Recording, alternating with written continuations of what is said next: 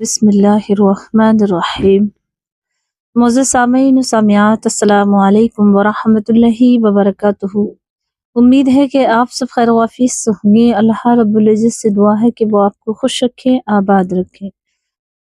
پیاری عزیزو، آئیے گا میرے بھائیوں کی طرف سے سوالات تھے کہ مباشرت ہفتے میں کتنی بار کی جائے، رات میں، دن میں، یا ایسا کون سا وقت ہے جس سے کہ نیکیاں ملتی ہیں، ثواب ملتا ہے۔ دیکھیے بالکل صحیح واضح طور سے یہ سوال اچھا ہے۔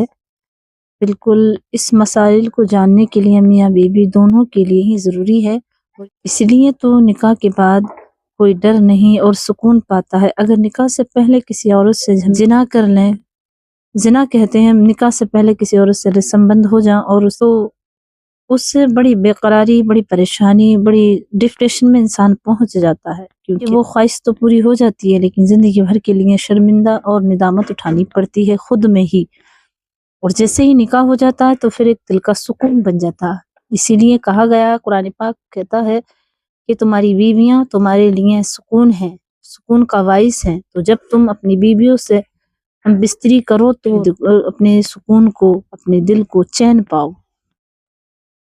تو پیاری جو کہنے کا مقصد یہی ہے کہ اللہ تبارک و تعالیٰ بڑی ہی خوبصورتی سے واضح فرماتا ہے عورتوں کے لیے، جسے کہ اللہ رب العزت ارشاد فرماتا ہے نساکم حرث لکم فاتوا حرثکم انا شئتم وقدموا لانفسکم۔ ترجمہ، تمہاری عورتیں تمہارے لیے کھیتیاں ہیں تو آؤ اپنی کھیتیوں میں جس طرح چاہو۔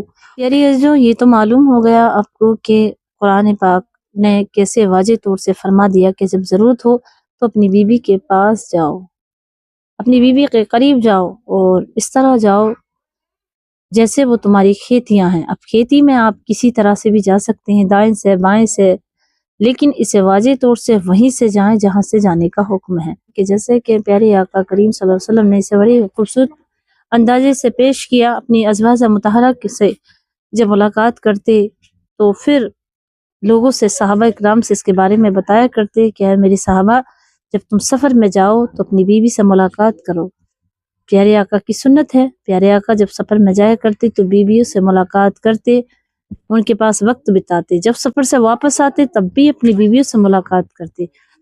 تو یہ تو ایک طریقہ ہو گیا جو پیارے آقا کریم صلی اللہ علیہ وسلم نے فرما دیا، لیکن دن اور رات میں شریعت میں واضح طور سے ایسے کوئی ممنوع نہیں ہے۔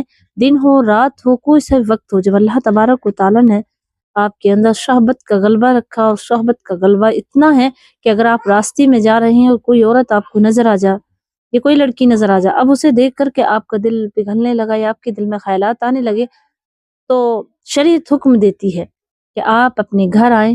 شریعت بھی حکم دیتی ہے، پیارے آقا کریم صلی اللہ علیہ وسلم کی حدیث مبارکہ ہے کہ جب بھی ایسا دل میں خیال آئے تو فوراً اپنے گھر آؤ اور اپنی بیوی سے جمع کرو، تاکہ جس عورت میں آپ کو نظر آتا ہے وہی آپ کی بیوی میں بھی ہے۔ تو اس میں آپ کو ثواب بھی ملے گا اور آپ گناہ میں بھی داخل نہیں ہوں گے۔ تو یہ ہے ایک وہ جو انسان کی نفسیات، یہ اس کا جو اندر ایک پاور ہے جو اللہ نے ایک کنڈیشن رکھی ہے، اس طرح اگر کسی کے مرد عورت کے ساتھ ہو تو فوراً وہ اپنی بیوی سے جمع کرے۔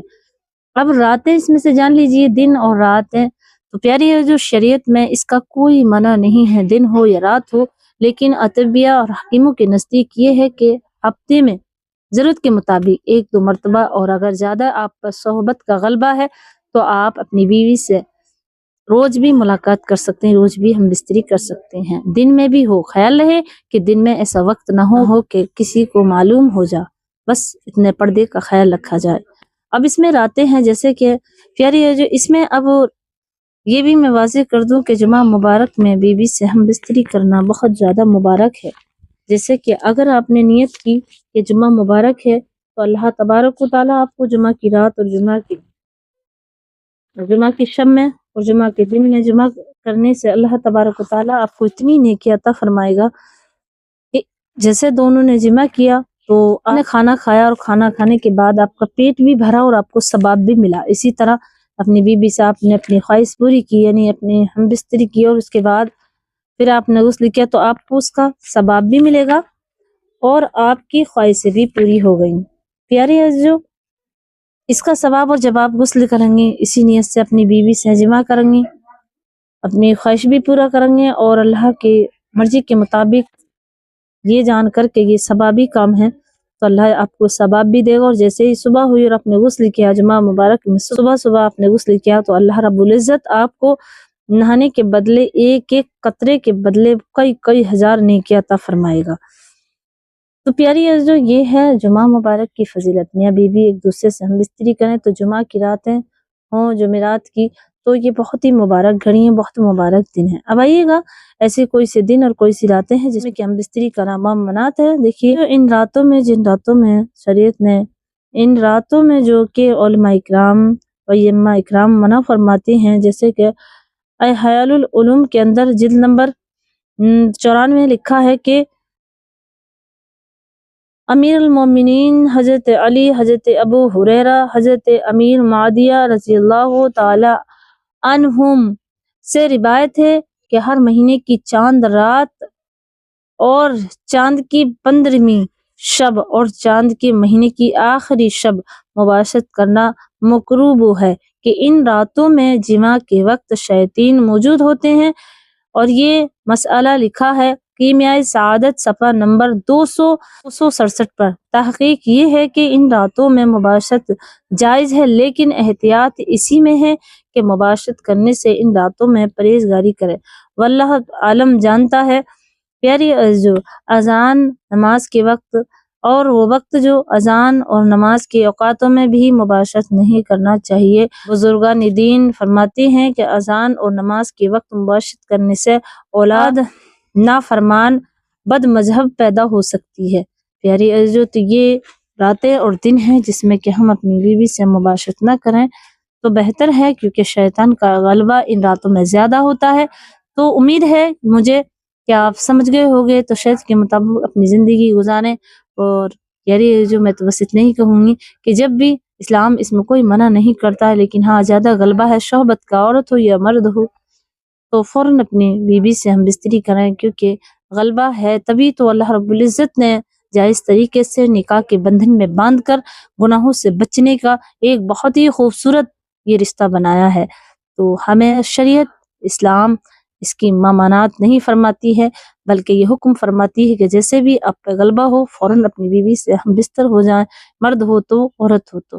دیکھیں اسی طرح اگر عورت میں اس قدر صحبت نہیں ہے، چڑچڑاپن ہے، وہ منع فرماتی ہے، تو یہ اس کے لیے، یہ مرد کے لیے ناپسندیدہ ہے۔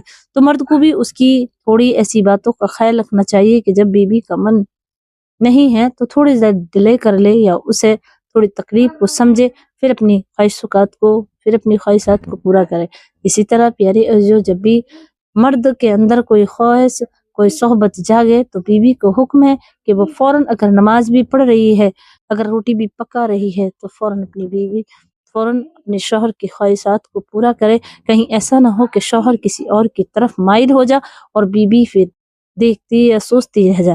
تو اسی کے لیے شریعت اس بات کو کہہ کر فرماتی ہے کہ نماز میں بھی مشغول ہے عورت اپنے شوہر کا حکم بجا لائے، تاکہ شوہر بہکے نہیں یا شوہر کے اوپر کوئی اور غلبہ طاری نہ ہو جا۔